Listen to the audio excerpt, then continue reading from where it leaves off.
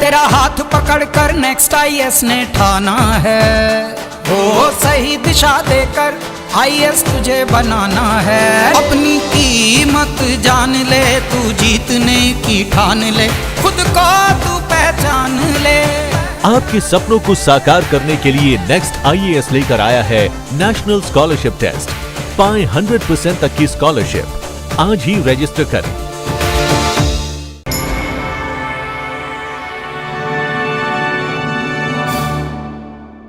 Hello everyone, मेरा नाम आदित्य पांडे है और इस साल सिविल सर्विस एग्जामिनेशन में मेरी 301 रैंक आई है। This was my first attempt in civil service examinations. इस वीडियो में दिल्ली नॉलेज ट्रैक के माध्यम से मैं अपने इलेक्ट्रिकल इंजीनियरिंग की स्ट्रेटेजी शेयर करूंगा। Electrical engineering was my optional और मेरा इसमें 297 स्कोर आया है। In paper 1 I scored 158 out of 250 and in paper 2 my score was 139 out of 250। तो मैं इस वीडियो में शेयर करूंगा कि मेरे क्या सोर्सेस रहे, मैंने किन चीज़ों को ध्यान दिया ड्यूरिंग द प्रिपरेशन, ताकि आप एक अच्छा स्कोर इलेक्ट्रिकल में ला पाएं। वीडियो स्टार्ट करने से पहले मैं अपना एक ब्रीफ बैकग्राउंड दे देता हूं। मैंने 2018 में NIT सूरत से अपनी बीटेक कंप्लीट करी in electronics and communication stream and before selection in civil services I was also selected in 2020 in engineering services. Engineering service में मेरी AIR 20 आ चुकी है in electronics and communication stream। If you are starting the preparation of civil service और आप confused हैं optional को लेके, तो ऑप्शनल एक बहुत ही important रोल प्ले करता है। तो आपको एक बहुत ही अंडरस्टैंडिंग एंड इन्फॉर्म्ड डिसीजन लेना है ऑन योर ऑप्शनल। ऑप्शनल की वैल्यू यह है सिविल सर्विस में कि it can easily give you a lead of 20 to 30 marks. और सिविल सर्विस जो कि एक काफ़ी कॉम्पिटेटिव एग्जाम है, इसमें ऑप्शनल की वैल्यू बहुत बढ़ जाती है।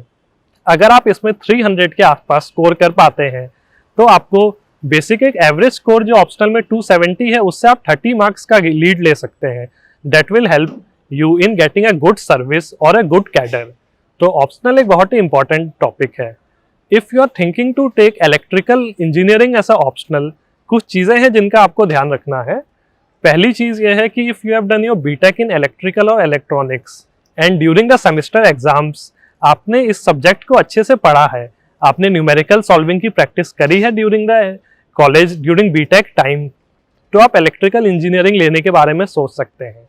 दूसरी चीज़ यह है कि if you are prepared for competitive exams like GATE और engineering service, like state engineering exams also, then you can take the electrical engineering optional, क्योंकि कोर्स काफ़ी हद तक सिमिलर है सारे कॉम्पिटिटिव एग्जाम्स में, जो कि इलेक्ट्रिकल या इलेक्ट्रॉनिक्स इंजीनियरिंग के कोर्स को के बेसिस पे कंडक्ट कराए जाते हैं। Third thing is if you are interested in numerical solving और आपका बीटेक इलेक्ट्रिकल या इलेक्ट्रॉनिक्स में है, then also you can consider taking electrical as a optional. अब हम इलेक्ट्रिकल इंजीनियरिंग ऑप्शनल के कुछ एडवांटेजेस और डिसएडवांटेजेस को डिस्कस करते हैं। First I will point out the challenges that are associated with electrical optional. The first thing is it's huge syllabus. Electrical engineering optional में आपका बीटेक के ड्यूरिंग इलेक्ट्रॉनिक्स और इलेक्ट्रिकल इंजीनियरिंग में जो जो सब्जेक्ट्स पढ़ाए जाते हैं, लगभग सारे ही कोर सब्जेक्ट्स कवर होते हैं। That is it combines both electrical engineering and electronics engineering. दो टाइप के कैंडिडेट्स होते हैं, एक वो जिन्होंने इलेक्ट्रॉनिक्स एंड कम्युनिकेशन से बीटेक किया।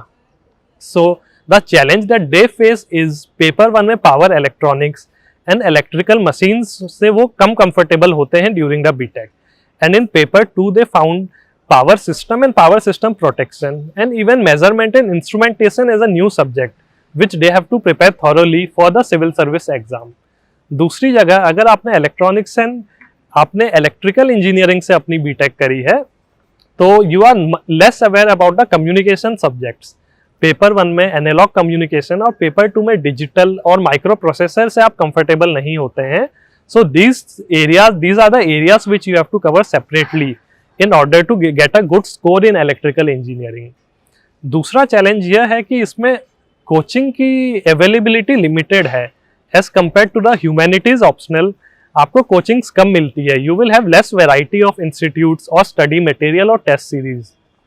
There is a single coaching next IAS that is giving quality guidance and test series. तो आपको एक ही कोचिंग पे रिलाई होना पड़ता है।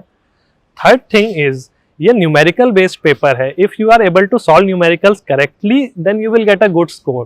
पर अगर आप सिली मिस्टेक्स कहते हैं, या तो जैसे क्वेश्चन से आपने सही डेटा नहीं उतारा या कैलकुलेशन में स्टेप्स में आपने मिस्टेक कर दी, तो आपका स्कोर काफी कम भी जा सकता है ये ऑप्शनल में. ये तो हो गए कुछ चैलेंजेस जो कि इलेक्ट्रिकल ऑप्शनल से रिलेटेड है. अब हम एडवांटेजेस की बात करेंगे. एडवांटेजेस काफी हैं इलेक्ट्रिकल ऑप्शनल लेने के. पहली चीज ये है कि the portion of electrical is very much static. Once you have put efforts to complete the syllabus, you have solved the PYQs, तो your optional is prepared. After it you don't have to put that much effort in the subsequent attempts. दूसरी चीज यह है कि this optional keeps on building up. If suppose आपने 10 subjects out of 14 prepare कर लिए हैं and you are weak in the 4 subjects, तो in your next attempt you just have to focus on the 4 subjects. For the rest revising the notes and numericals will be sufficient. तो आपको एक time ही effort डालना होता है syllabus complete करने में. उसके आगे ये ऑप्शनल अपने आप में बिल्डअप होता है. द थर्ड थिंग इज, क्योंकि ये एक न्यूमेरिकल रिलेटेड ऑप्शनल है, तो इसमें एक हाई स्कोर लाना की पॉसिबिलिटी अच्छी होती है. आप देखेंगे हर साल बहुत अच्छी रैंक लाने वाले लोगों के 300 प्लस आते हैं, जिसकी वजह से ही उनकी अच्छी रैंक आती है. It plays a big role in getting a good rank और being selected in civil service examination. तेरा हाथ पकड़कर नेक्स्ट IAS ने ठाना है, वो सही दिशा देकर IAS तुझे बनाना है. अपनी कीमत जान ले, तू जीतने की ठान ले, खुद को तू पहचान ले. आपके सपनों को साकार करने के लिए नेक्स्ट IAS लेकर आया है नेशनल स्कॉलरशिप टेस्ट. पाएं 100% तक की स्कॉलरशिप. आज ही रजिस्टर करें. इलेक्ट्रिकल ऑप्शनल का एक मेजर एडवांटेज यह भी है कि एक बार आपने इलेक्ट्रिकल का सिलेबस कवर कर लिया है, तो इसके बाद you can also appear in state engineering examinations, engineering services, GATE, ISRO, DRDO etcetera. So syllabus cover करने के बाद आप सारे टॉपिक्स को कवर कर सकते हैं. बाकी एग्जाम्स में भी आप अपीयर हो सकते हैं. अब हम बात करेंगे इलेक्ट्रिकल की स्ट्रेटजी की. Taking note of the challenges, advantages and your own position in BTech, whether you are comfortable with the topic. एक बार आपने डिसाइड कर लिया है इलेक्ट्रिकल के बारे में, तो आपकी स्ट्रेटजी, एक सही स्ट्रेटजी जो होगी कि आप एक अच्छा स्कोर ला पाएं सिविल सर्विस में, उसको हम डिस्कस करेंगे. For me, I will discuss a particular subject as a prototype and the same has to be reflected in all the subjects. For example, taking analog electronics of paper 1 as a example, पहले आप civil service की PYQ booklet जो market में available है उसको purchase करके सारे previous year questions लगाइए. If you are able to solve the previous year of that particular topic then it is a good thing. उसके बाद आप अदर एग्जामिनेशन जो इंजीनियरिंग सर्विस एग्जाम है उसकी भी प्रीवियस ईयर लगाइए. For civil service I would recommend कि आप जितने भी PYQs हैं फॉर लास्ट 25-30 ईयर्स आप उन्हें सॉल्व करें. For engineering service booklets of PYQs you can do selective study, like आप लास्ट के 8-10 ईयर्स को रेफर कर सकते हैं. वो भी या तो आप जो आपके स्ट्रॉन्ग टॉपिक्स हैं सिविल सर्विस एग्जाम में उनको आप छोड़ दें, जो आपके वीक सब्जेक्ट्स हैं उनकी आप ज़्यादा प्रैक्टिस करें. PYQs लगाने का एक एडिशनल एडवांटेज ये है कि इस एग्जाम में एक पैटर्न है. अगर आप PYQs लगाते हैं तो आपको आइडिया लगेगा कि किन टॉपिक्स पे ज़्यादा फोकस करना है और which topics you can leave. There are several topics in all the subjects in which questions repeat every year और एवरी सेकेंड ईयर. तो this gives a very good advantage during the exam कि आपको पता होगा कि कौन से topics पे फोकस करना है. रिगार्डिंग नोट्स मेकिंग, नोट्स बनाने के लिए मैंने पहले PYQ सॉल्व करें, इसके बाद आपको जिन टॉपिक्स में जिन क्वेश्चंस में प्रॉब्लम हो रही है आप उनको अपनी एक सेपरेट नोटबुक में सब्जेक्ट वाइज नोट डाउन करिए. इसके अलावा आपको जितने भी इंपॉर्टेंट फॉर्मूलाज हैं आप उनको भी नोट कर सकते हैं. और मानिए आप कोई टेस्ट सीरीज में अपीयर हो रहे हैं तो the questions which you are not able to solve in the test series that also you can take down in the notebook. If suppose you are facing any problem in covering a particular subject, I would recommend taking a reference material of some coaching or taking handwritten notes of GATE or ESE, which is easily available over the internet and in market also. I would suggest not to go after reference books. मैंने reference books का use नहीं किया इसका एक reason ये था कि reference books सारे टॉपिक्स को इक्वल वेटेज के साथ कवर करती है, जबकि if you rely on the coaching material और classroom notes they will teach in the exam oriented manner. वह चीज़ों पे ज़्यादा फोकस किया जाएगा जिनसे एग्जाम में न्यूमेरिकल आते हैं। इस तरह से आप एक एफिशिएंट वे में प्रिपेयर कर पाएंगे हर सब्जेक्ट को। टेस्ट सीरीज की इंपॉर्टेंस भी इलेक्ट्रिकल इंजीनियरिंग ऑप्शनल में बहुत है।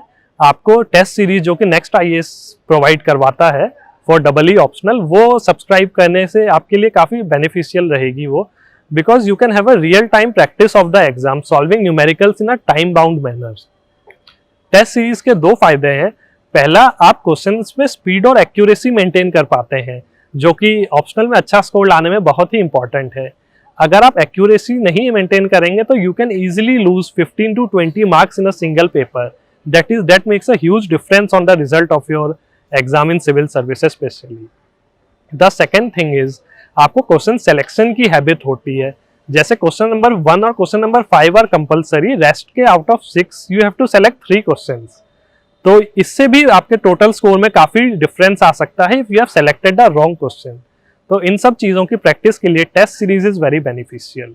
For my preparation I have taken all these sources to in getting a good score.